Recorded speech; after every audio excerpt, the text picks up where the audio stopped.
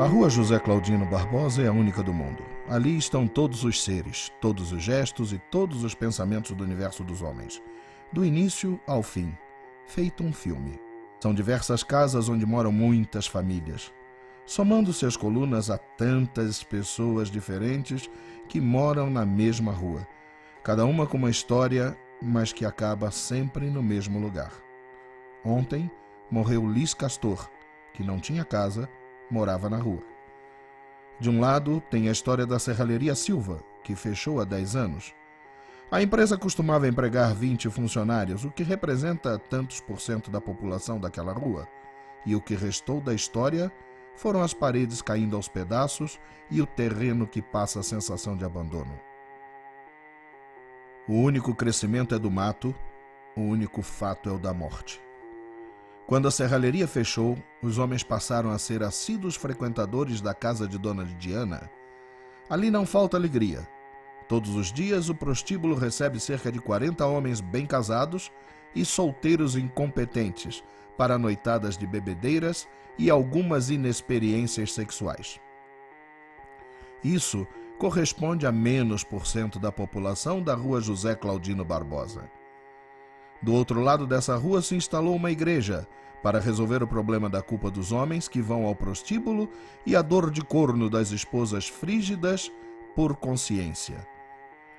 Certamente há outros homens que não os adúlteros, porque também vão à igreja alguns sociopatas, os falidos e os desiludidos com o Estado.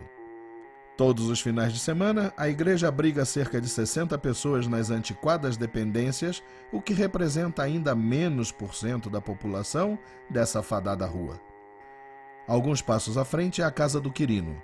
Quem quiser comprar maconha, crack ou cocaína pode bater palmas e esperar o atendimento personalizado. É que o Quirino gosta de conhecer e cuidar dos clientes, por isso é bastante atencioso. Ele vende drogas para os desempregados da Serralheria Silva, para prostitutas da casa da Dona Diana e para os aflitos da igreja. Quirino atende cerca de 80 pessoas todas as semanas. Isso mostra que é bem mais por cento do que a população da Rua José Claudino Barbosa, que prefere fugir da realidade comum. Mas ontem mesmo morreu Lis Castor, que não tinha casa, morava na rua.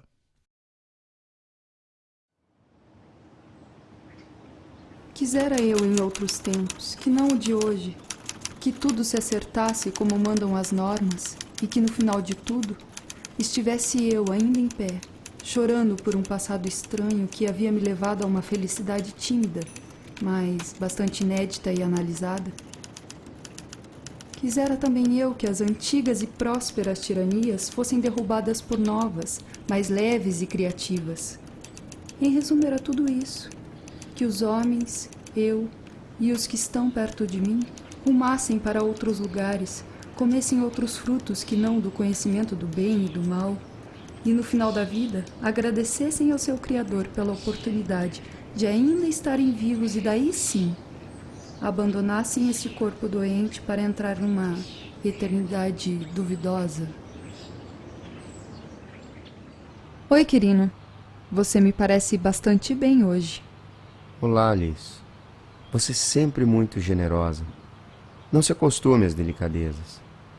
Elas cortam como papel no meio dos dedos e acabam por incomodar mais que as brutalidades. E essa deveria ser mais uma culpa por sentir demais. Não há nada de errado em sentir demais. Os homens gostam do olhar, mas essa sensação deveria ser apenas inicial. Nós deveríamos sentir uns aos outros, e não apenas ver. O visível pode ser mais abstrato do que a realidade dos sentimentos. As pessoas não querem a realidade, querem? Lis, eu vejo que os seus olhos são tristes, mas eu sei que o seu coração é resignado. Essa é a realidade, a sua resignação, não a sua tristeza. E o que é realidade?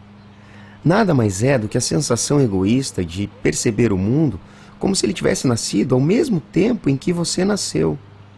Como se nada houvesse antes e como se nada houvesse de ser depois. E que todas as verdades invisíveis são só invisíveis. Sabe, Liz?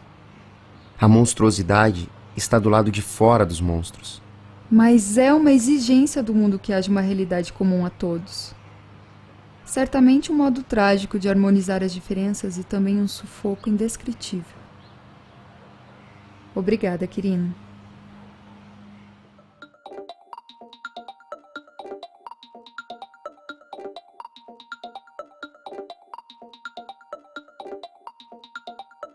Eu me demorei. Seja somente essa a desculpa e a verdade também a acusação. O fato é que as cigarrilhas doces estão mais amargas. Coisa do costume, talvez, ou apenas uma pretensão ao cuidado mais apurado com a saúde, embora essa última seja bastante ilusória e certamente temporária. Mas o fato é que elas não me adoçam mais a boca. Eu me demorei. E agora as minhas cigarrilhas não estão mais doces. Insisto nesse ponto porque é tudo uma questão de doçura. Maltratam-me as lembranças, os ruídos me ensurdecem, as paredes recebem mais escritos e as cigarrilhas...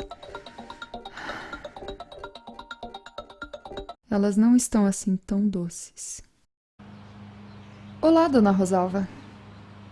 Boa tarde, Liz. Você me parece bastante bem hoje. De fato eu estou. Mas eu estaria ainda melhor se a senhora não me visse com tanta condenação. Suas palavras são delicadas, mas o seu olhar é consumidor. Querida Liz, isso não passa de minha preocupação com sua alma. É meu propósito dirigi-la para a salvação eterna. Mas salvar minha alma do quê? Não acredito que ela precise ser salva pelo simples fato de não ter uma resposta para a pergunta salva do quê? Por que as luzes se apagaram, meu Deus? Não há vista nem aqui, nem lá. Não há mais espaço, não há murmúrios, não há gritos que expressem o sentimento do homem sentado na calçada suja pela porquice humana. E assim? Quem sou eu senão como uma imóvel árvore jovem e solitária em um campo inacessível? Ela que, na imensa vontade de expressar o inexprimível, sussurra sua infelicidade no barulho de suas folhas ao vento. Diana, o dia está chegando ao fim, por isso não quero tomar seu tempo. Meu tempo nunca é tomado por você. Aliás, quando conversamos, tenho a impressão de que minha vida se prolonga. Isso pode não ser bom. Se as minhas palavras estendem seus dias, sinto-me errada, pois queria tirá-la do seu sufoco. Eu quero muito fazer o certo.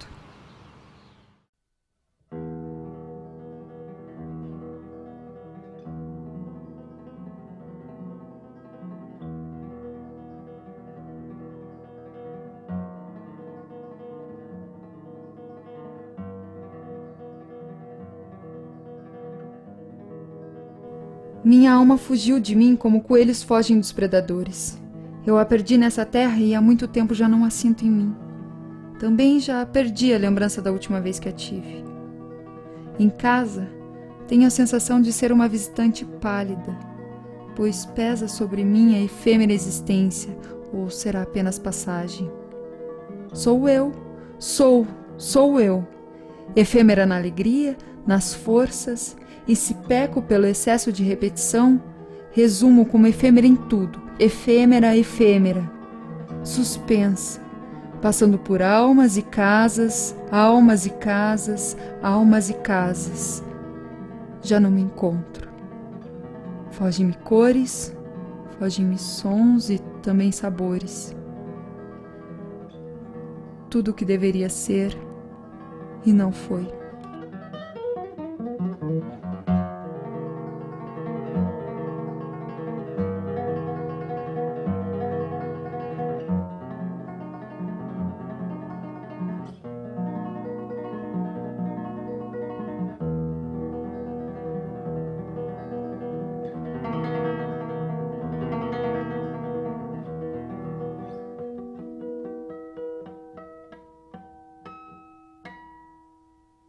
Eu acho legal a gente ir contando a história do filme e depois faz os cortes. Mas ele e tem que fazer uma coloca. pergunta pra dar uma deixa. Foi de difícil escolha, a gente passou bastante tempo grávido do nome. Do nome também, por incrível que pareça. Foi o único nome que a gente achou que não tinha vogal.